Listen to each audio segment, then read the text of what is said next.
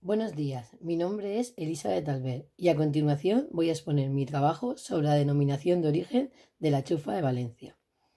Antes de comenzar con la descripción, me gustaría indicar que todo producto que porte este alimento llevará una etiqueta como la que se muestra en la imagen para resaltar su identidad. Para comenzar, describiremos brevemente en qué consiste la chufa de Valencia.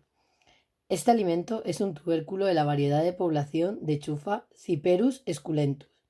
Esta puede tener diversas formas y tamaños. Asimismo, consta de una piel fina con tejido suberificado. Por último, cabe destacar que presenta un elevado contenido en grasa y azúcares. En cuanto a las características que debe presentar la chufa de Valencia perteneciente a denominación de origen, cabe indicar que debe ser recolectada, lavada y secada con una humedad comprendida entre el 6,5 y 12% y seleccionada con un calibre superior a 3 milímetros. Asimismo, las chufas seleccionadas deben presentar un aspecto típico, estar sanas, enteras, limpias y exentas de alteraciones que puedan perjudicar su consumo y conservación. En lo que se refiere a la composición química de la chufa de Valencia protegida por la denominación de origen, referido a peso de materia en seca, su contenido de azúcares es mayor o igual al 11%, su contenido de grasas es mayor o igual al 25%, el de proteínas mayor o igual al 6,5%, el de almidón mayor o igual al 25% y el de fibra y bruta mayor o igual al 5%. De todas las características del producto mencionadas anteriormente, las que determinan la calidad de la chufa de Valencia son, por un lado, los valores de la grasa y la proteína, siendo estos los que principalmente marcan las diferencias de calidad de la chufa valenciana con las de otras procedencias. Además, la piel de la chufa valenciana es más fina que la de otras procedencias. Así pues, la chufa de Valencia tiene un sabor más dulce e intenso y un tamaño más grande y uniforme. A continuación vamos a describir el cultivo de la chufa de Valencia.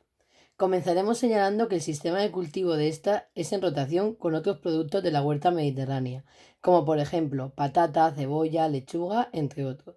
Además, cabe destacar que el cultivo tiene lugar al aire libre, siendo su plantación en primavera, preferentemente en abril, y su recolección en otoño-invierno, concretamente en los meses de noviembre y febrero. En lo que se refiere a la fecha de plantación, señalaremos que varía según el tipo de plantación, puesto que no se trata de semillas, de tal forma que nos encontramos con cuatro tipos. En primer lugar, plantaciones muy precoces, entre el 10 de marzo y el 7 de abril. En segundo lugar, plantaciones precoces, entre el 8 y el 30 de abril. En tercer lugar, plantaciones medias, entre el 1 y el 20 de mayo. Y en cuarto y último lugar, plantaciones tardías, entre el 21 y el 20 de junio. Cabe resaltar que las plantaciones más interesantes son las precoces y medias, dado que tienen un mayor ahijamiento, menor peligro de daño y mayor rendimiento. Continuando con la descripción del cultivo, abarcaremos las labores culturales. En cuanto a la fertilización, cabe señalar que al ser la chufa un cultivo en rotación, esta es función del tipo que haya sido de cultivo que haya sido precedente. En lo que se refiere al control de varias hierbas, señalaremos que este se realiza habitualmente mediante escalda manual o mecánica, en función del sistema de plantación y de la sazón del suelo.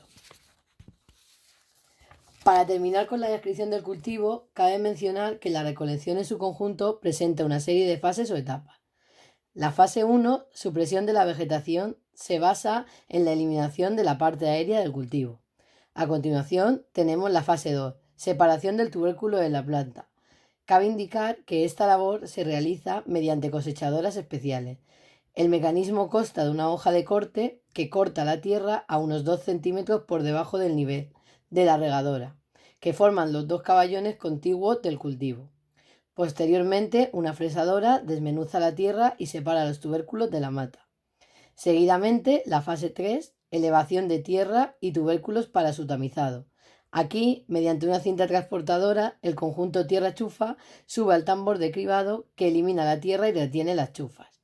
Por último, la fase 4, descarga de los tubérculos. Una vez separada la tierra, se descargan los tubérculos en remolque para su traslado al lavadero. Por otro lado, las operaciones que tienen lugar tras la recolección son 1. Lavado. La chufa recién recolectada se somete a un proceso de lavado para separar impurezas, tierra, piedra, restos de cultivo, entre otros. Este se lleva a cabo en lavaderos industrializados. 2. Secado. Proceso en el que el tubérculo pierde la humedad. El secado se realiza de forma adecuada en condiciones establecidas de tiempo, temperatura y aireación. En este proceso el tubérculo queda con una humedad del 6,5 al 12%. 3. Limpieza. Las chufas secas se someten a un nuevo proceso de limpieza para eliminar los tubérculos defectuosos. 4. Selección y clasificación. Las chufas secas y limpias se seleccionan para eliminar los restos de cultivo, chufas dañadas con ataques de plaga, etc. Y en su caso se clasifican por calibre. 5. Envasado. Las chufas secas, tras el proceso de selección, se envasan y se disponen para su salida al mercado. 6. Control de calidad. Operación encaminada a garantizar que las chufas envasadas estén correctas en cuanto a materias extrañas, chufas con defecto y que cumplen las tolerancias señaladas en la normativa correspondiente. 7. Etiquetado. Colocación de etiquetas y contraetiquetas numeradas en el envase. Cabe destacar que de todas ellas, las que deben llevarse a cabo en la zona geográfica definida junto con la plantación para obtener la denominación de origen son lavado, secado, limpieza, selección y clasificación. En el siguiente diagrama se recogen los procesos y controles fundamentales que avalan el origen del producto. Las chufas proceden de plantaciones inscritas situadas en la zona de producción y de variedades autorizadas. Las prácticas de cultivo en las plantaciones inscritas serán autorizadas por el Consejo Regulador. Asimismo, las chufas se manipularán en industrias inscritas y bajo el control de inspectores autorizados por el Consejo. Por otro lado, las chufas se almacenarán en industrias situadas en la zona de producción, que reúnan las condiciones establecidas y que previamente hayan sido inscritas. Por otro lado, las chufas se someterán a análisis físico-químicos y morfológicos para garantizar su calidad. Por último, solo se envasarán y saldrán al mercado con la garantía de su origen, avaladas con la contraetiqueta numerada del Consejo Regulador, las chufas que superan todos los controles a lo largo del proceso. En cuanto a la vinculación geográfica, cabe diferenciar entre dos tipos de factores. Por un lado tenemos los factores naturales, que abarcan desde el clima al tipo de suelo. Cabe destacar que la climatología de la zona interviene decisivamente en la germinación, desarrollo y producción de la chufa. Este factor, unido a las condiciones edafológicas del terreno, debidas principalmente a los aportes de arena de la playa a lo largo de los años, proporciona el medio idóneo para el desarrollo, tamaño y calidad de este tubérculo.